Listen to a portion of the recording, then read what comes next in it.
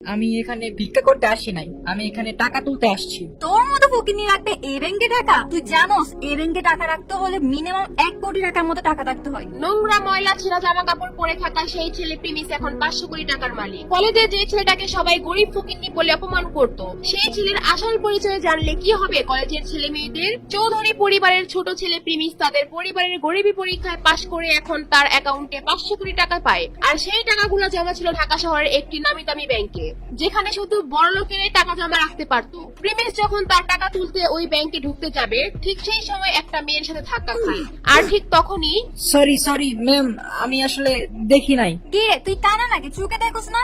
আর wait এখানে কি করোস? এইটা ব্যাংক, এখানে দান খয়রাত করা হয় না। ভিক্ষা করার জন্য রাস্তাঘাট আছে, ওইখানে যা। এই ব্যাংকের মধ্যে কি? ম্যাডাম, আপনার কোথাও ভুল হচ্ছে। আমি এখানে ভিক্ষা করতে আসি নাই, আমি এখানে টাকা তুলতে আসছি। তোর মতো ফকিনি রাখবে এই ব্যাংকে টাকা? তুই জানোস এই ব্যাংকে টাকা রাখতে হলে মিনিমাম 1 কোটি টাকার মতো টাকা রাখতে হয়, আর না হলে এই ব্যাংকে টাকা রাখতে পারে না। আরে আমি তোর মতো ফকিনির সাথে কেন কথা বলছি? সিকিউরিটি। মেয়েটি সিকিউরিটি বলে চিল্লাতে থাকে। আর ঠিক তখনই ওইখানে হাজির হয় ব্যাংকের ম্যানেজার ইয়াসমিন। ম্যাডাম, কি হয়েছে আমাকে খুলে বলুন। আপনাদের ব্যাংকে কি এখন আপনারা বস্তি পোলাবেনদেরকে টাকা রাখার পারমিশন দিচ্ছেন? এদের মতো ফকির মিসকিনরা এই ব্যাংকে কিভাবে ঢুকে? আমি আপনাদের ব্যাংকের নামে রিপোর্ট করে দিব। Madam, we are very sorry. এমন তার হবে না ম্যাডাম, এইবারের মতো কিছু মনে করেন না, আমরা বিষয়টা মাথায় রাখবো। ব্যাংকের ম্যানেজার কোনো কিছু না জিজ্ঞেস করেই মেয়েটিকে সরি বলে, কারণ মেয়েটি ছিল একটি প্রভাবশালী ব্যক্তির মেয়ে। এই ব্যাংকে তাদের অনেক লেনদেন হয়, তাই কিছু না জিজ্ঞেস করেই সে মেয়েটিকে সরি বলে এবং তাকে গাড়ি পর্যন্ত পৌঁছে দিতে চায়। আর এইদিকে প্রিমিস ঢুকে পড়ে ব্যাংকের মধ্যে। ব্যাংকে ঢুকে সে এদিক সেদিক ঘুরতে থাকে। সে আগে কখনো ব্যাংকে আসেনি, তাই সে কিছুই বুঝে উঠতে পারে না। আর এইদিকে ব্যাংকের ম্যানেজার ইয়াসমিন ব্যাংকে ঢুকে প্রিমিসকে খুঁজে থাকে তাকে বের করে দেওয়ার জন্য।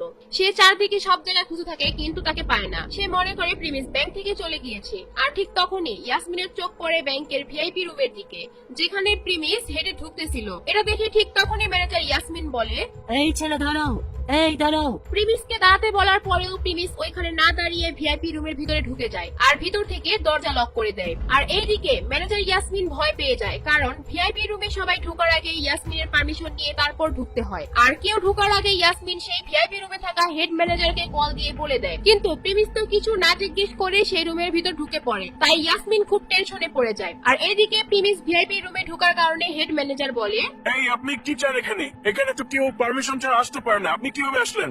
আমি আমার টাকা তুলতে আসছি এখানে। আপনি টাকা তুলতে আসছেন, আপনার কাছে কোনো চেক বই আছে? না, আমার কাছে কোনো চেক বই নাই। চেক বই নাই, তাহলে কোনো কার্ড আছে আমাদের ব্যাংকে, ভিআইপি কার্ড বা ভিসা কার্ড? না স্যার, আমার কাছে কোনো ভিসা কার্ড বা ব্যাংকের ভিআইপি কার্ড এগুলা কিচ্ছু নেই। তাইলে আমরা আপনাকে কোনো টাকা পয়সা দিতে পারবো না। আপনি সোজা গিয়ে দরজা খুলে এখান থেকে চলে যান। এখানে আমরা মস্করা করতে বসি নাই, আপনি এখান থেকে যান এখন। না, আমি আমার টাকা না নিয়ে আমি এখান থেকে যাব না। আরে একবার বললাম না, কার্ড আর চেক বই ছাড়া টাকা উঠানো যাবে না।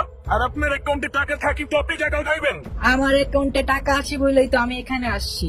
দেখ ভাই, সকাল সকাল মাথাটা নষ্ট করিস না, নাইলে সিকিউরিটি গার্ডরে দিয়ে মাইর খাওয়া তারপর ব্যাংক থেকে বাইর করুন। প্রিমিস এটা শুনে ঘাবড়িয়ে যায়। আর ওইদিকে হেড ম্যানেজার একদম রেগে যায়, কিন্তু প্রিমিস তো মিথ্যা কথা বলছিল না। প্রিমিসের কাছে কার্ড আর চেক বই ছিল না, কিন্তু তার মানে তো এই না যে প্রিমিস চৌধুরী পরিবারের ছেলে না। হেড ম্যানেজার যখনই সিকিউরিটি গার্ডকে ফোন দিয়ে যাবে, ঠিক তখনই প্রিমিসের মাথায় একটা বুদ্ধি আসে আর সে বলে, ফিঙ্গারপ্রিন্ট।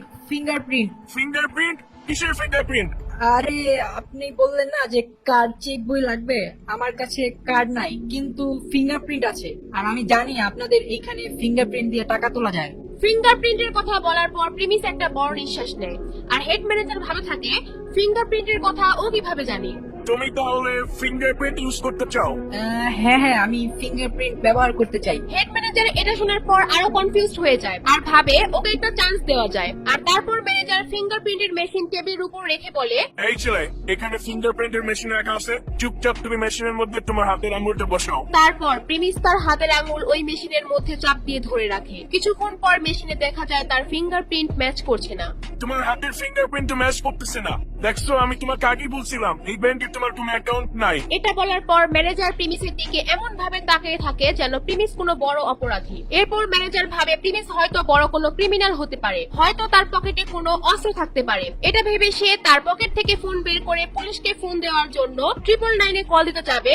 সেটা দেখে প্রিমিস একদম ঘাবড়িয়ে যায়। 500 কোটি টাকার মেসেজ দেখে খুশিতে তো ব্যাংকের মধ্যে চলে এসে পড়ে, কিন্তু সে বুঝে নাই যে সে এখানে এসে এত বড় একটা সমস্যায় ফেসে যাবে। তো তারপর কি হবে? প্রিমিস কি হেড ম্যানেজারকে পুলিশকে ফোন দেওয়া থেকে থামাতে পারবে? আর প্রিমিসের 500 কোটি টাকার মেসেজ যে এসেছিল ওইটা কি তাহলে ফেক ছিল? এগুলো জানতে চাইলে দিবস গেমিং এর চ্যানেলটি সাবস্ক্রাইব করে নোটিফিকেশন বাটন বাজিয়ে রাখেন। আর এই ভিডিওগুলো আপনার কাছে কেমন লাগে কমেন্ট করে অবশ্যই জানাবেন। আর অবশ্যই ভিডিওতে একটা করে লাইক দিয়ে রাখবেন। আর এরকম ইন্টারেস্টিং ভিডিওগুলো দেখতে চাইলে এখানে 2টা ভিডিও দেওয়া আছে, সেগুলো দেখে আসতে পারেন।